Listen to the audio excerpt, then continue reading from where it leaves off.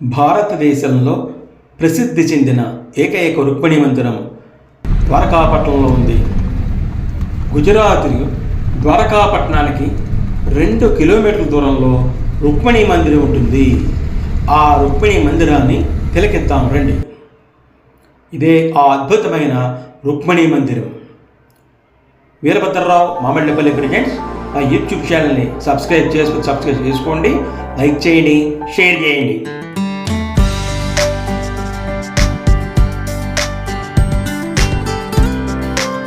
యాత్రికులు ఎంతమందో రుక్మిణీదేవి మందిరాన్ని దర్శించడం కోసం ఈ చుట్టుపక్కల మనం చూస్తే కనబడితే ఎంతమంది వస్తున్నారో ఈ సముద్రపు ఒడ్డునే ఈ రుక్మిణీదేవి మందిరం మనకి కనబడుతుంది.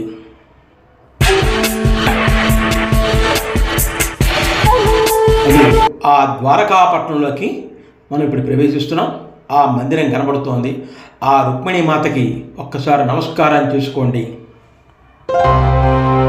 ఈ రుక్మిణీదేవి మందిరం దేవభూమిగా చెప్పబడుతోంది.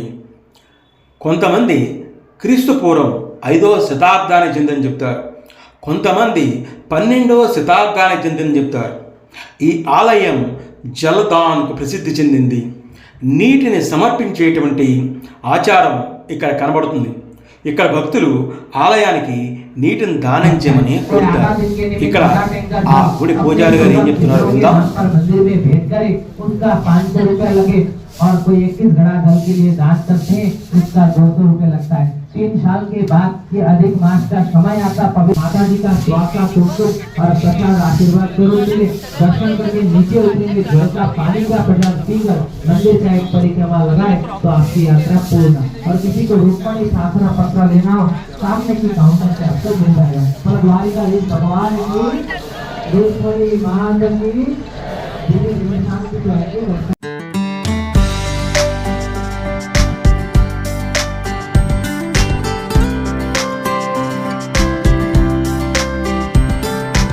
ఇప్పుడు ఆ రుక్మిణీదేవిని దర్శించుకుందాం రండి. ఆ వెలుగులతో నిండి ఉన్న ఆ రుక్మిణీదేవికి ఒక్కసారి నమస్కారం చేసుకోండి. రుక్మిణీదేవి పాలరాతి విగ్రహం 4 చేతులతో శంఖం, చక్రం, గద, పద్మాలను ధరించి చూసేవారిని ఆకర్షిస్తూ ఉంటుంది. ఈ ఆలయ దేవతను ద్వారకేశ్వరి అని, రుక్మిణీదేవిని రాజరాజేశ్వరి దేవిగా అందరూ కూడా ఆరాధిస్తారు.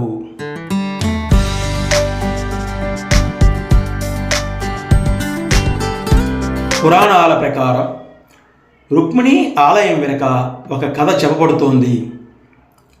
ఒకసారి శ్రీకృష్ణుడు రుక్మిణి కలిసి దుర్వాస మహర్షిని ద్వారకకు భోజనానికి ఆహ్వానించారు. తన ఉగ్ర స్వభావానికి ప్రసిద్ధి చెందినటువంటి దుర్వాస మహర్షి ఒకసారి ఆ దైవ దంపతులచే తన రథాన్ని లాగించుకోవాలని ఎంతో ప్రయత్నంతో కోరాడు. ఆ ప్రయాణంలో దాహంతో ఉన్న రుక్మిణి తన దాహం తీర్చుకునే ముందు ఆమెకు దాహం వేసింది. అప్పుడు శ్రీకృష్ణుని దాహం వేస్తుందని కోరించాడు. శ్రీకృష్ణుడు తన కాలి బొటన వేలితోటి భూమిని తాకి గంగా జలాన్ని పైకి తెప్పించేట. వెంటనే రుక్మిణీదేవి దాహం తీర్చుకుంది. దాహంతో ఉన్న రుక్మిణీదేవి తన దాహం తీర్చుకునే ముందు మహర్షికి నీరు ఇవ్వడం మర్చిపోయింది. ఈ పొరపాటు ఒక శాపానికి దారితీసి మరణానంతర జీవితంలో వారిని వేరు చేసిందని చెబుతారు. రుక్మిణి ముందుగా తనకు నీరు ఇవ్వనందుకు దుర్వాస మహర్షి అవమానంగా భావించేట. దుర్వాసుడు కోపంతో రుక్మిణిని శపించాడని చెబుతారు. 12 సంవత్సరాలు భర్తకు దూరంగా ఉంటుందని శపించాడని చెప్పుకుంటూ ఉంటారు.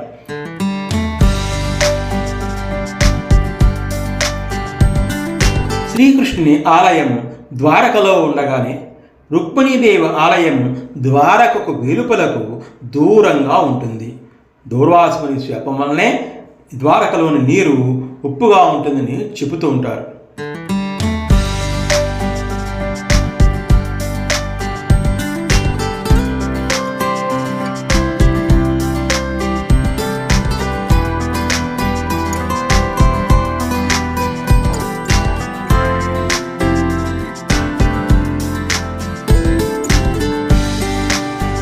ఈ రుక్మిణీదేవి మందిరం మీద అనేక శిల్పాలు మనకు కనబడుతూ ఉంటాయి.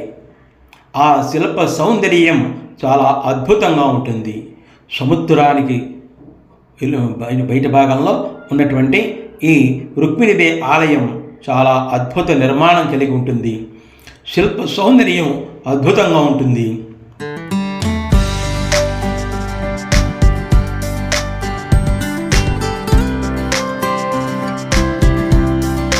రుక్మిణీదేవి మందిరంలో బయట గోడలపై రుక్మిణీ కళ్యాణ చిత్రాలు కనబడతాయి. శ్రీకృష్ణుడు రథంపై రాక్షస సంహారం చేయడం కూడా ఇక్కడ కనబడుతుంది. అలాగే శ్రీకృష్ణుడు రుక్మిణీదేవిని తీసుకుని పోవడం, ఈ శిల్ప సౌందర్యం చాలా అద్భుతంగా మనకి కనబడుతుంది. అనేక పురాణ కథలు ఈ శిల్పాల రూపంలో ఇక్కడ మనకి కనబడతాయి.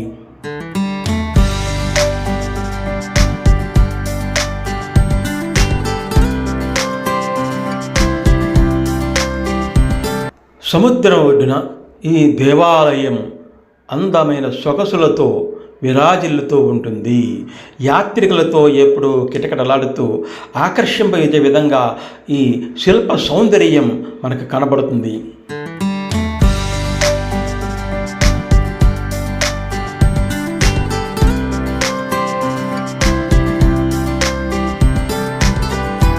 ద్వారకా మందిరాన్ని దర్శించుకుని ఇక్కడికి ఈ రుక్మిణీ మాతను దర్శించడానికి అనేక మంది భక్తులు ఇక్కడికి వస్తూ ఉంటారు.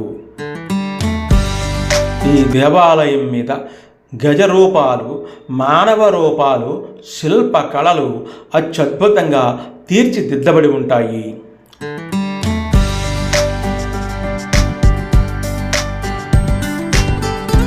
శిల్ప సౌందర్యం చూపరులకు ఆకర్షించే విధంగా ఉంటుంది. దేవాలయం పైన ఎగిరే జెండా ఆ దేవాలయ సౌందర్యాన్ని పెంచుతుంది. దేవాలయ యొక్క గొప్పతనాన్ని ఆ ఎగిరే కేతనం మనకి తెలియజేస్తుంది.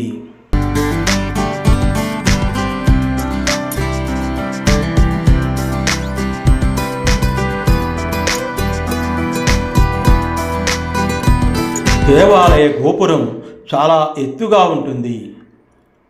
అందమైన శిల్పాలతో, అందమైన శిల్ప కళతోటి ఈ దేవాలయం అందరినీ ఆకర్షిస్తూ ఉంటుంది. చాలా ఉన్నతంగా ఉంటుంది.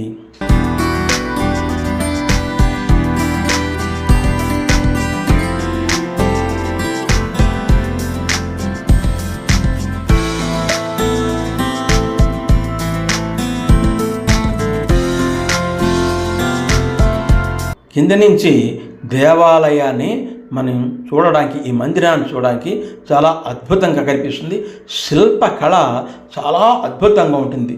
ప్రతి మానవ రూపము, గజరూపాలు శిల్ప చిత్రకళకు ఆదర్శంగా నిలబడి ఉంటాయి. పరమ పవిత్రమైనటువంటి ఆ రుక్మిణీదేవి మందిరాన్ని రాజరాజేశ్వరిగా కొలిచేటువంటి ఆ రుక్మిణీపాద మందిరాన్ని అందరూ కూడా తప్పకుండా తిలకించండి. ఆ శిల్ప సౌందర్యాన్ని చూసి ఆనందించండి. సముద్రపు ఒడ్డునున్నటువంటి ఈ అందాలను అందరూ కూడా ఆస్వాదించండి.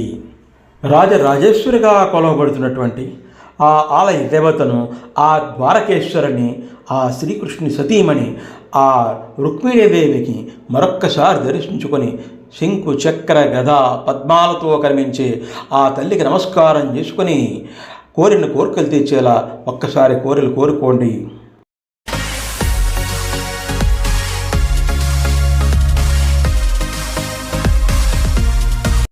వీరభద్రరావు మామిళ్ళపల్లి ప్రెజెంట్స్ మన యూట్యూబ్ ఛానల్ని సబ్స్క్రైబ్ చేసుకుని వాడి వెంటనే సబ్స్క్రైబ్ చేసుకోండి. లైక్ చేయండి, షేర్ చేయండి. ప్రతి కామెంట్ను కూడా కింద బాక్స్లో రాయండి. Devotional, cultural, see my all videos continuously.